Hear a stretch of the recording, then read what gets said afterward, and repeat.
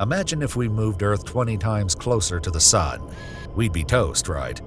Well, WASP-12b is so close to its star that if you place them both in our solar system, the planet would be closer to its star than Mercury is to our Sun. We're talking about a planet that's basically hugging a furnace. To understand what this extreme proximity does, try this. Take a rubber band and slowly stretch it. That's basically what's happening to WASP-12b, except the rubber band is a planet and the force stretching it is gravity gone wild. At these insane speeds, WASP-12b is whipping around its star at 217 kilometers per second. That's over 485,000 miles per hour, fast enough to circle Earth in just 5 minutes.